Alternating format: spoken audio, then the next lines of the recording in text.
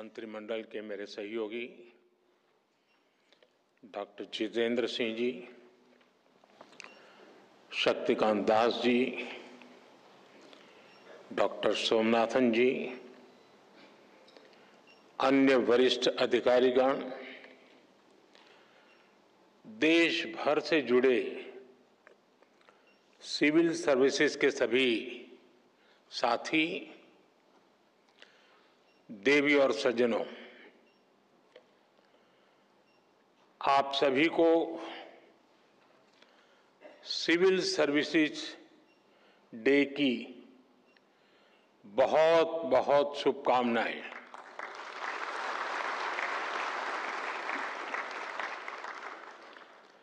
इस बार का civil service day कई वजहों से बहुत विशेष है। इस साल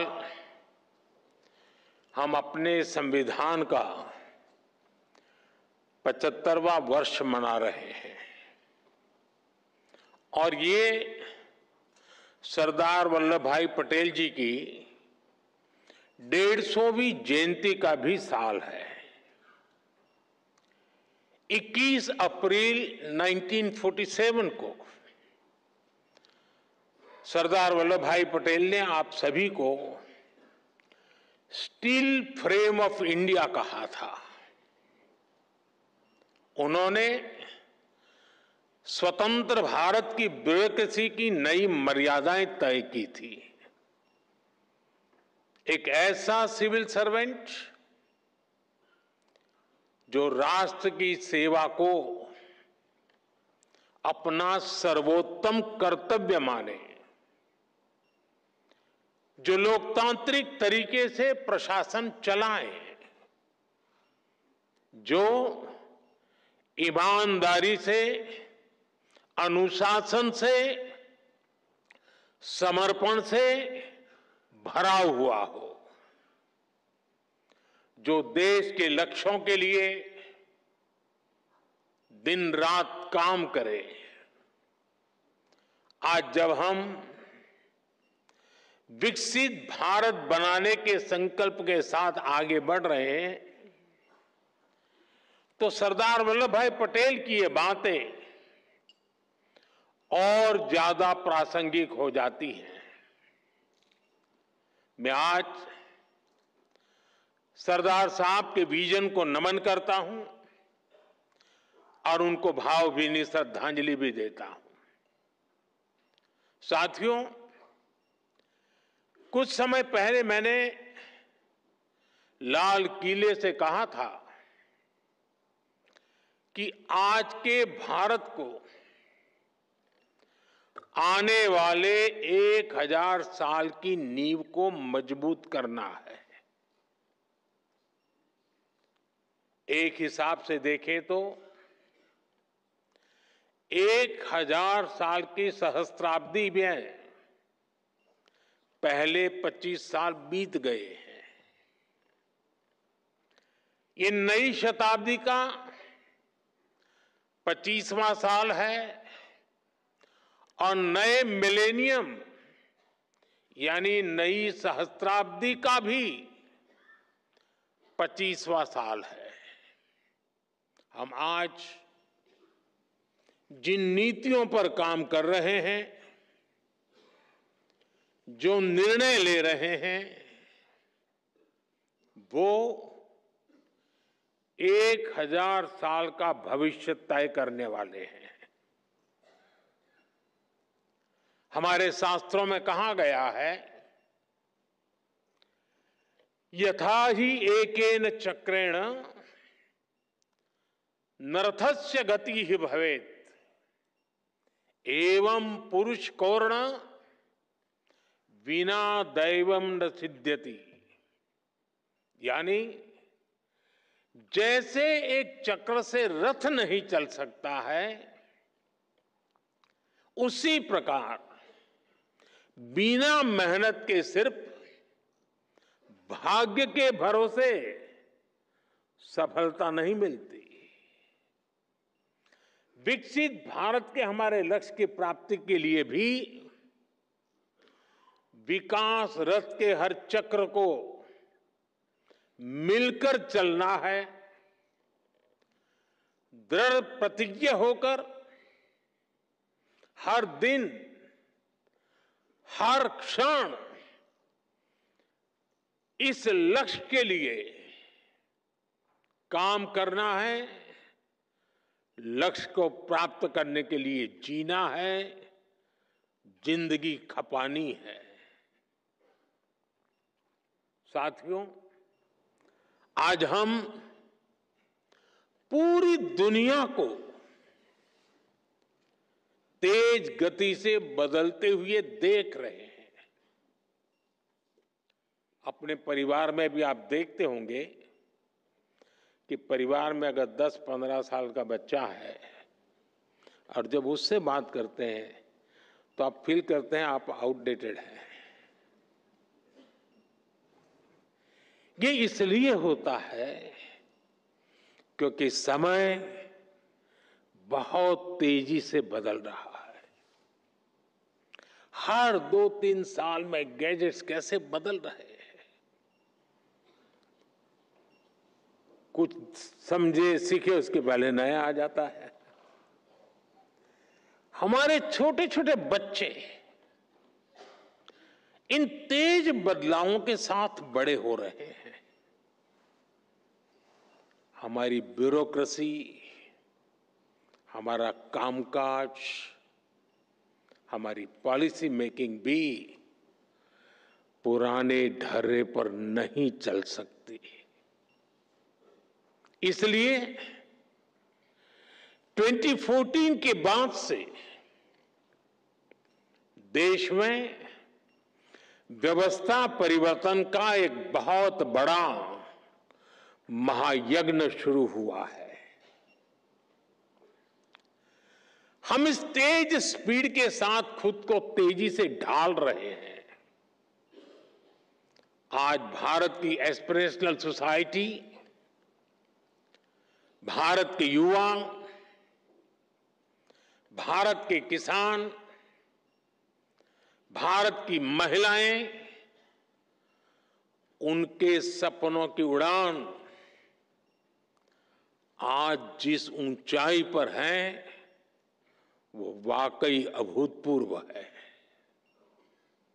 इन अभूतपूर्व आकांक्षाओं की पूर्ति के लिए अभूतपूर्व गति भी आवश्यक है। आने वाले वर्षों में भारत कितने ही बड़े बड़े पड़ावों से गुजरेगा।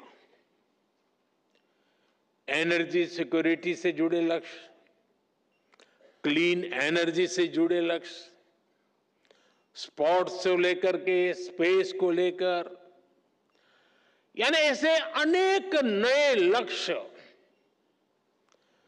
हर सेक्टर में देश का परचम और नई ऊंचाइयों पर लहराना है। और ये जब मैं बात करता हूं तब, और देश जब सोचता है तब, हर किसी की नजर आप पर है, भरोसा आप पर है, बहुत बड़ा दायित्व आप सब मेरे साथियों पर है। आपको जल्द से जल्द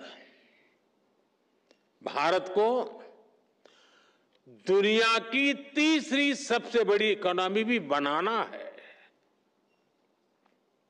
इस काम में विलंब न हो, ये हम सभी को सुनिश्चित करना है। साथियों, मुझे खुशी है कि इस बार सिविल सर्विसेज डे के theme holistic development of India रखी गई है। ये सिर्फ एक थीम नहीं है, ये हमारा कमिटमेंट है। देश की जनता से हमारा वादा है। होलिस्टिक डेवलपमेंट ऑफ इंडिया, यानी no village left behind, no family left behind, no citizen left behind. असल प्रगति का मतलब छोटे बदलाव नहीं, बल्कि फुल स्केल इंपैक्ट होता है। हर घर में क्लीन वाटर, हर बच्चे को क्वालिटी एजुकेशन, हर एंटरप्रेन्योर को फाइनेंशियल एक्सेस और हर गांव को डिजिटल इकोनॉमी का लाभ। ऐसी ही बातें हैं जो होलिस्टिक डेवलपमेंट, मैं मानता हूं, क्वालिटी इन गवर्नेंस सिर्फ स्कीम्स लॉन्च करने से नहीं आती, बल्कि क्वालिटी इन गवर्नेंस इससे तय होती है कि वो स्कीम कितनी गहराई तक जनता के बीच पहुंची और उसका कितना रियल इंपैक्ट हुआ। आज राजकोट हो, गोमती हो, तिनसुकिया हो, कोरापुट हो, ऐसे कितने ही जिलों में हम यही इंपैक्ट देख रहे हैं। स्कूल में अटेंडेंस बढ़ाने से लेकर सोलर पावर तक अनेक जिलों ने बहुत अच्छा काम किया और जो तय किया वो पूरा करके दिखाया, और उसमें से कई जिलों को आज पुरस्कार दिया गया है। मैं इन सभी जिलों और योजनाओं से जुड़े साथियों को भी आज विशेष बधाई देता हूं। साथियों, बीते 10 सालों में भारत ने इंक्रीमेंटल चेंज से आगे बढ़कर इंपैक्टफुल ट्रांसफॉर्मेशन तक का सफर देखा है। आज भारत का governance model next generation reform पर फोकस कर रहा है। हम टेक्नोलॉजी और इनोवेशन और इनोवेटिव प्रैक्टिसेस के जरिए सरकार और नागरिकों के बीच की दूरी समाप्त कर रहे हैं। इसका इंपैक्ट ग्रामीण और शहरी क्षेत्रों के साथ साथ दूर दराज के इलाकों में भी दिख रहा है। आपसे एस्पिरेशनल डिस्ट्रिक्ट की कई बार चर्चा हुई है, लेकिन एस्पिरेशनल ब्लॉक्स की सफलता भी उतनी ही शानदार है। आप जानते हैं, ये प्रोग्राम 2 साल पहले जनवरी 2023 में लॉन्च हुआ था। सिर्फ 2 साल में इन ब्लॉक्स ने जो बदलाव दिखाए हैं वो अभूतपूर्व है। इन ब्लॉक्स में हेल्थ, न्यूट्रिशन, सोशल डेवलपमेंट और बेसिक इंफ्रास्ट्रक्चर के कई इंडिकेटर्स में शानदार प्रगति हुई है और कुछ स्थान पर तो राज्य की एवरेज से भी आगे निकल गए हैं। राजस्थान के टोंक जिले के पीपलू ब्लॉक में 2 साल पहले आंगनवाड़ी सेंटर्स में बच्चों की मेजरमेंट एफिशिएंसी सिर्फ 20% थी। अब ये 99% से भी ज्यादा हो गई है।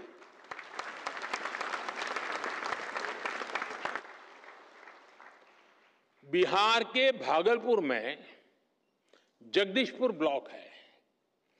वहां पहली तिमाही में ही गर्भवती महिलाओं का रजिस्ट्रेशन पहले सिर्फ 25% था, अब ये बढ़कर 90% से ज्यादा हो गया है।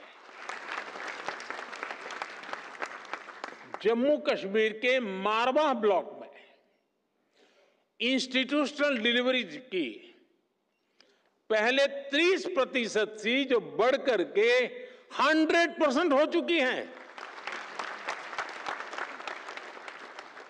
झारखंड के गुरडी ब्लॉक में नल से जल का कनेक्शन 18% से बढ़कर के 100% हो गया है।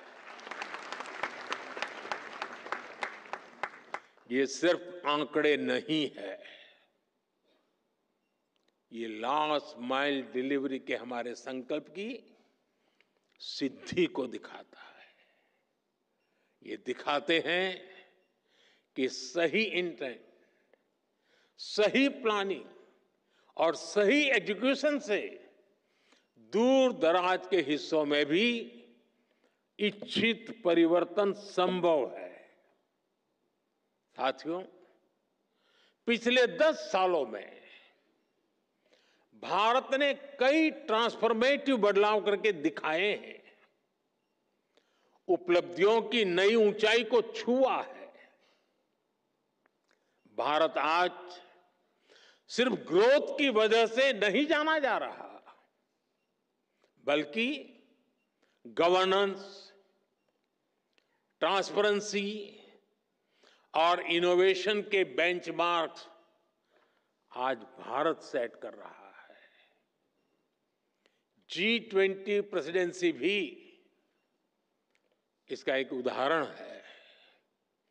60 से ज्यादा शहरों में 200 से ज्यादा मीटिंग्स, इतना बड़ा और इंक्लूसिव फुटप्रिंट G20 के इतिहास में पहली बार हुआ।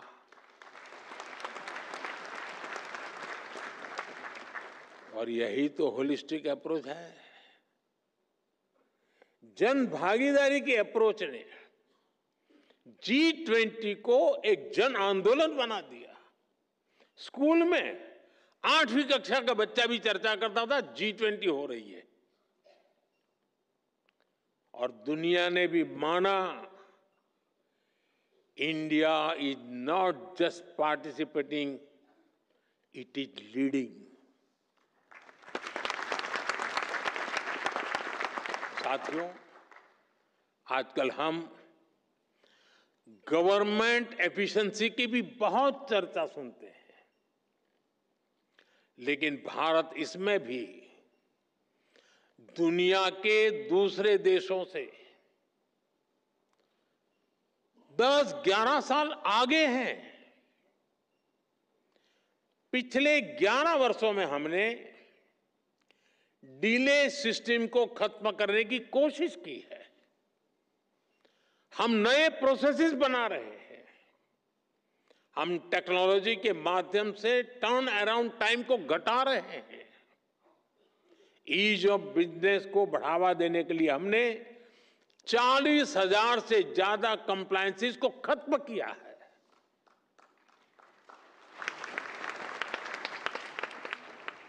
हमने 3400 से ज्यादा लीगल प्रोविजंस को भी डीक्रिमिनलाइज कर दिया है। मुझे याद है, जब हम कंप्लायंसेस का बर्डन कम करने के लिए काम कर रहे थे, जब व्यापार कारोबार के दौरान होने वाली कुछ गलतियों को डीक्रिमिनलाइज कर रहे थे, तो मेरे लिए आश्चर्य था, कुछ कोने में विरोध के स्वर भी उठा करते थे। कई लोग कहते थे, आज तक नहीं हुआ, आप क्यों कर रहे हैं, चलता है चलने दो, इससे आपको क्या फर्क पड़ता है, कंप्लायंस करने दीजिए, आप क्यों अपना काम खुद बढ़ा रहे हैं। चारों तरफ से चर्चाएं चलती थी, दबाव आते थे, लेकिन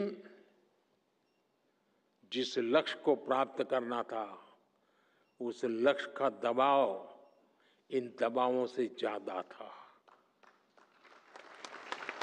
और इसलिए हम दबावों से दबे नहीं, हम लक्ष्य के लिए चल पड़े।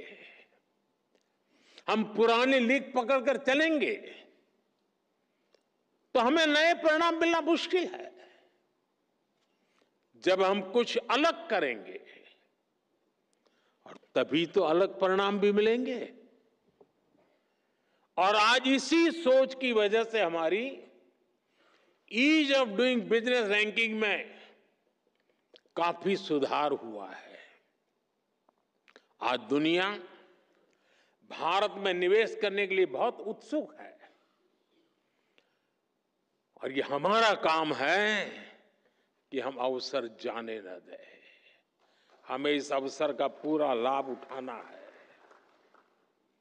हमें राज्यों के स्तर पर, जिला और ब्लॉक स्तर पर रेड टेप की हर गुंजाइश को खत्म करना है। तभी आप राज्यों के स्तर पर, जिला स्तर पर अपने लक्ष्यों को प्राप्त कर पाएंगे। साथियों, पिछले 10-11 साल की देश की जो सफलताएं रही है, उन्होंने विकसित भारत की नींव को बहुत मजबूत किया है।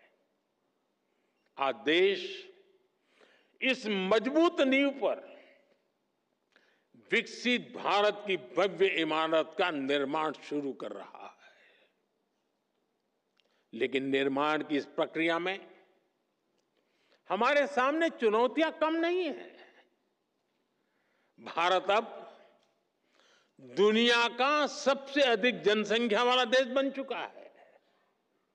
ऐसे में बेसिक सुविधाओं की सैचुरेशन हमारे लिए प्राथमिकता होनी चाहिए। आपको लास्ट माइल डिलीवरी पर हमेशा बहुत ज्यादा फोकस करते रहना है। समय के साथ देशवासियों की नीड्स और एस्पिरेशंस दोनों तेजी से बदल रही है। अब सिविल सर्विस को कंटेम्पररी चैलेंजेस के हिसाब से खुद को एडेप्ट करना होगा, तभी वो रिलेवेंट बनी रह सकती है। हमें खुद के लिए नई नई कसौटियां भी नित्य बनाते रहना होगा और हर कसौटी को पार करते रहना होगा। और सफलता की सबसे बड़ी कुंजी यही है कि खुद को चुनौती देते रहो। कल किया था वो संतोष के लिए नहीं था, कल जो पाया था वो चुनौती का कारण बनना चाहिए ताकि कल मैं उससे ज्यादा कर पाऊं। अब सिर्फ पिछली सरकारों से तुलना करके अपने काम, अपनी परफॉर्मेंस को हम तय नहीं कर सकते। मेरे पहले डिस्ट्रिक्ट में फलाने भाई थे, उन्होंने इतना किया, मैंने इतना कर दिया, जी नहीं। अब हमें अपनी कसौटी बनाना है। 2047 के विकसित भारत के लक्ष्य से हम कितना दूर हैं, हम कहां तक पहुंचे हैं, वो हिसाब किताब का वक्त समाप्त हो चुका है। अब जहां है वहां से जहां जाना है वहां अभी कितनी दूरी बाकी है, उस दूरी को पाटने का मेरा रोड मैप क्या है, मेरी गति क्या है, और मैं औरों से जल्दी 2047 तक कैसे पहुंच करके सारे लक्ष्यों को प्राप्त कर लूं, यही हमारा सपना, यही हमारा मकसद, यही हमारा लक्ष्य होना चाहिए।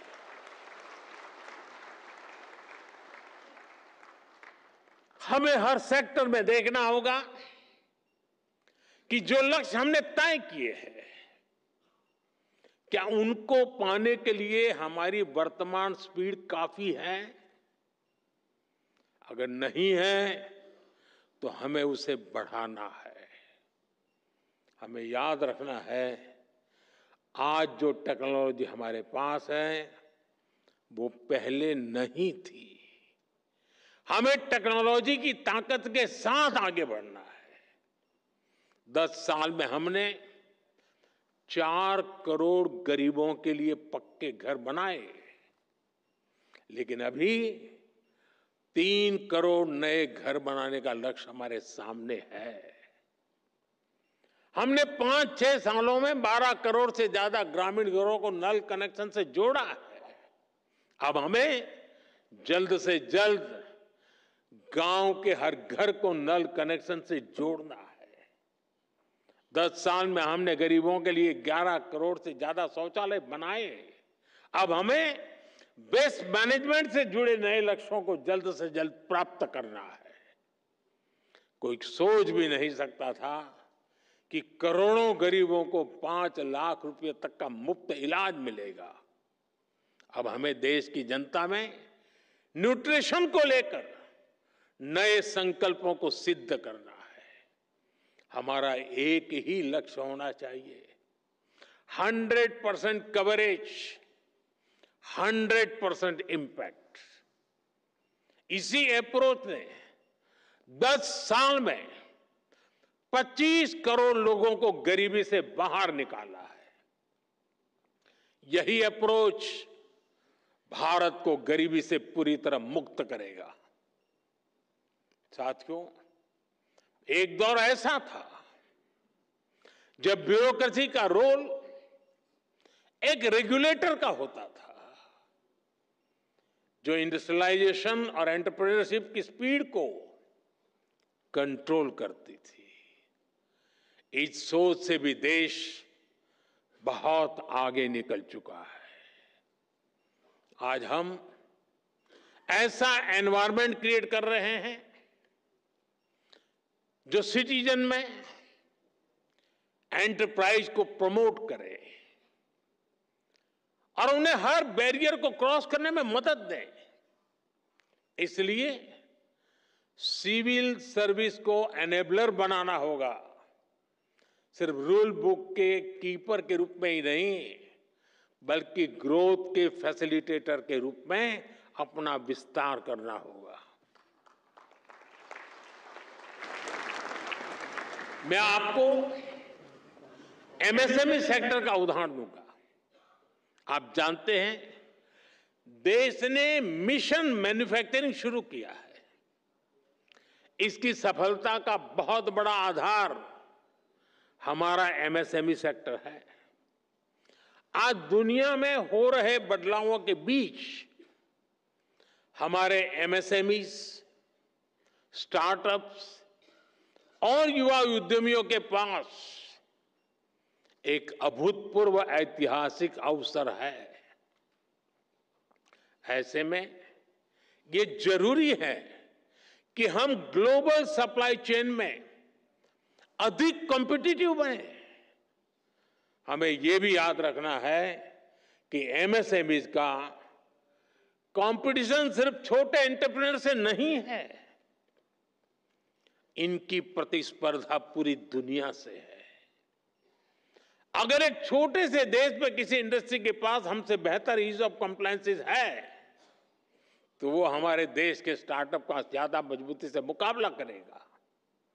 इसलिए हमें ये निरंतर देखना होगा कि ग्लोबल बेस्ट प्रैक्टिसेस में हम कहां स्टैंड कर रहे हैं। भारत के इंडस्ट्री का लक्ष्य अगर ग्लोबली बेस्ट प्रोडक्ट बनाने का है, तो भारत की ब्यूरोक्रेसी का लक्ष्य दुनिया में सबसे best ease of compliances environment देने का होना चाहिए।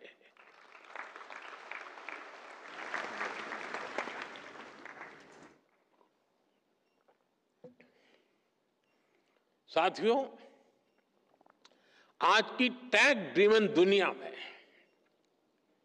सिविल सर्वेंट्स, उसको ऐसी स्किल चाहिए जो न उन्हें सिर्फ टेक्नोलॉजी समझने में मदद करे, बल्कि उसे स्मार्ट और इंक्लूसिव गवर्नेंस के लिए इस्तेमाल भी कर सके।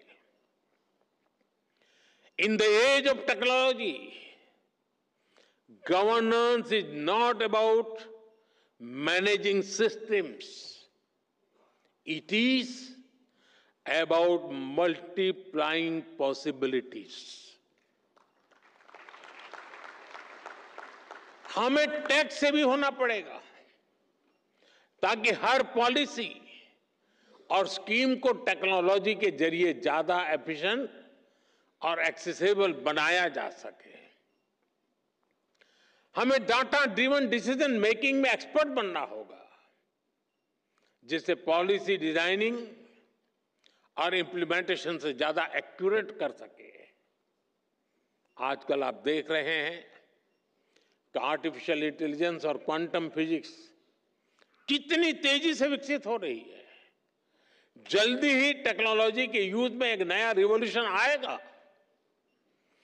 ये उस डिजिटल और इंफॉर्मेशन एज से कहीं आगे होगा जिससे परिचित है उससे भी आपको फ्यूचर की टेक्नोलॉजी रिवॉल्यूशन के लिए खुद को तैयार करना होगा।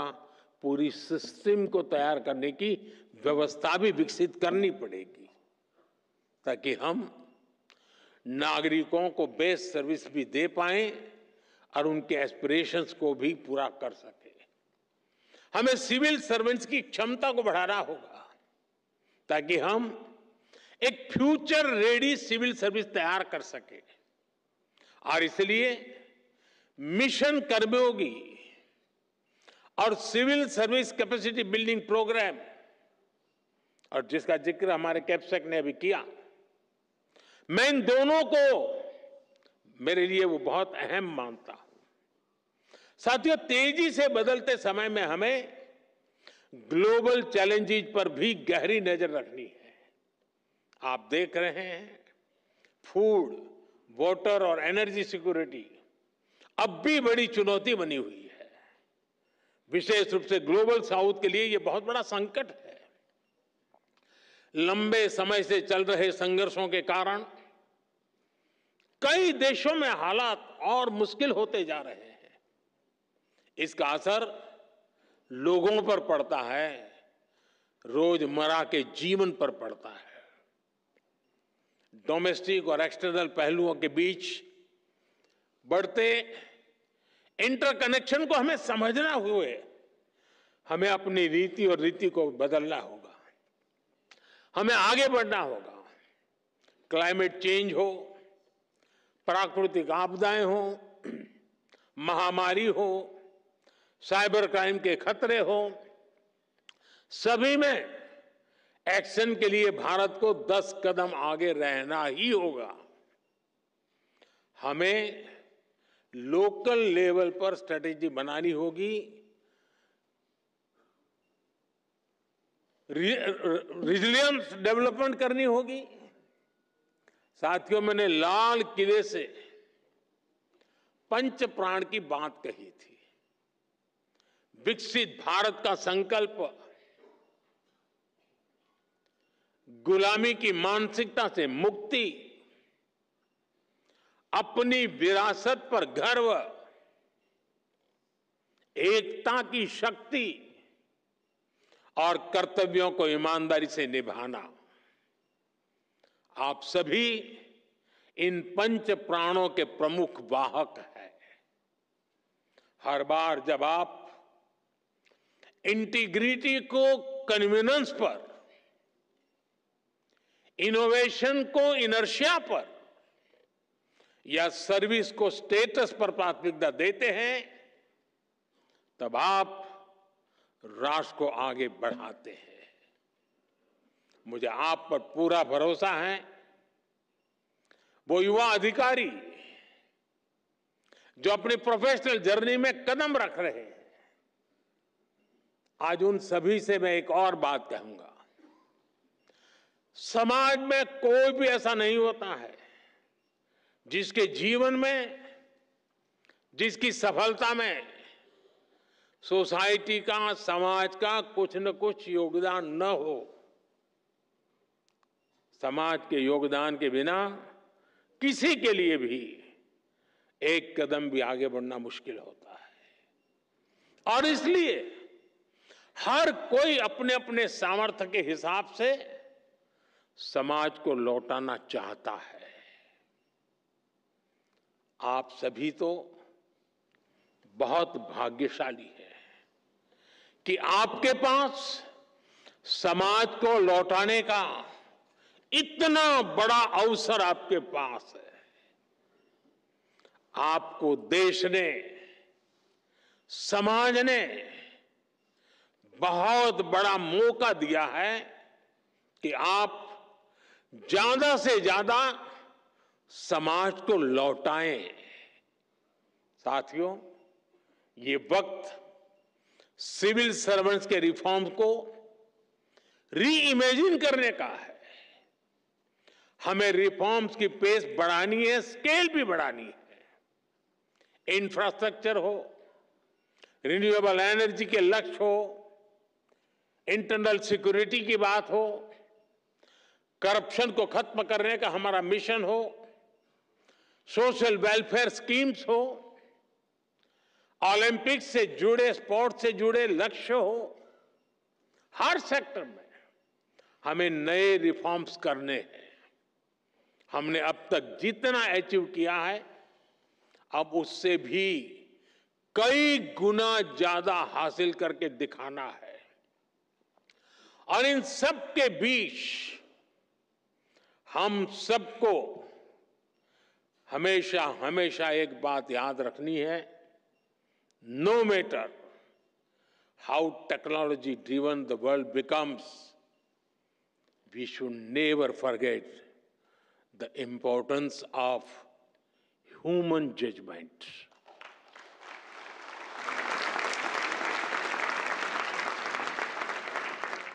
संवेदनशील रहिए, गरीब की आवाज सुनिए, गरीब की तकलीफ समझिए, उनका समाधान करना अपनी प्राथमिकता बनाइए। जैसे अतिथि देवो भव होता है, वैसे ही नागरिक देवो भव, इस मंत्र को लेकर के हमें चलना है। आपको सिर्फ भारत के सिविल सर्वेंट्स के रूप में ही नहीं, विकसित भारत के शिल्पकार के रूप में अपने दायित्व के लिए तैयार करना है। वो एक वक्त था, आप सिविल सर्वेंट बने, सिविल सर्वेंट के रूप में आगे बढ़े और आज भी सिविल सर्वेंट के रूप में सेवा कर रहे हैं। लेकिन अब वक्त बदल चुका है साथियों। मैं जिस रूप में आने वाले भारत को देख रहा हूं, जिन सपनों को मैं हिंदुस्तान के 140 करोड़ देशवासियों की आंखों में देख रहा हूं, और इसलिए मैं अब कह रहा हूं कि आप सिर्फ सिविल सर्वेंट नहीं हैं, आप नए भारत के शिल्पकार हैं।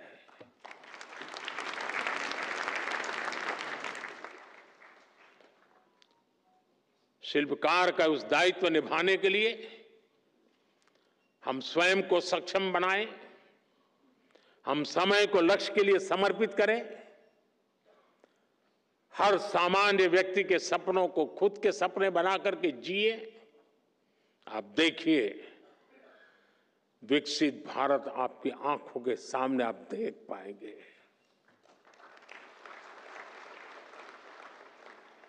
मैं आज लेक्चर कर रहा हूं, तब मेरी नजर एक छोटी सी गुड़िया पर गई, वहां बैठी है। हो सकता है वो 2047 में शायद यहां कहीं बैठी होगी। ये सपने हमारे होने चाहिए, विकसित भारत का यही हमारा लक्ष्य होना चाहिए। बहुत बहुत शुभकामनाएं, बहुत बहुत धन्यवाद।